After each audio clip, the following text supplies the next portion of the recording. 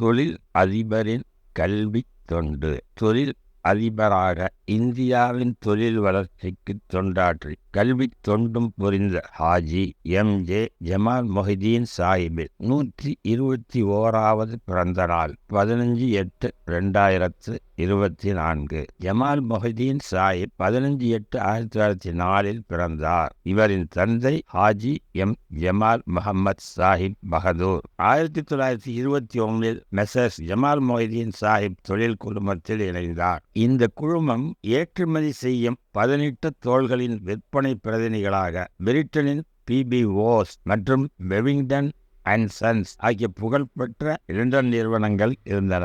திருச்சி எண்ணம் டேனரில் ஆயத்த தோல் பினிஷ்டு ஸ்கின்ஸ் அதிக அளவில் உற்பத்தி செய்தனர். Jamal Mohideen Sahib all India skin and hide merchant association உறுப்பினராக துணைத் தலைவராக பெரும் பணியாற்றினார். கொல்கத்தாவில் அமைய இருந்த மத்திய தோல் ஆய்வகத்தை சென்ட்ரல் லெதர் இன்ஸ்டிடியூட் CLRI பிரதமர் ஜவஹர்லால் நேருவை அணுகி ஏற்ற இடம் சென்னையே என்று எடுத்துரைத்து சென்னை அடையாறில் அமைய அரும்பாடுபட்டார். 1956 தோல் ஏற்றுமதி வளர்ச்சி குழு லெதர் எக்ஸ்போர்ட் ப்ரமோஷன் கவுன்சில் அமையவும் பெரும் முயற்சி செய்தார். 1959 முதல் 1966 வரை அந்த அமைப்பின் தலைவராக இருந்தார். தோல் பொருட்களான முடி, ஆட்டு முடி, தோல் துண்டுகள், ஜவ்வு முதலியவற்றையும் ஏற்றுமதி செய்ய ஏற்பாடு செய்தார். தரக்கட்டுப்பாடு, கப்பலில் ஏற்றுமுன் கண்காணிப்பு, வரி விதிப்பு, முத்திரை சான்றிதழ் குறித்து மத்திய வணிக குழுமத்திற்கு ஸ்டேட் ட்ரேடிங் கார்ப்பரேஷன்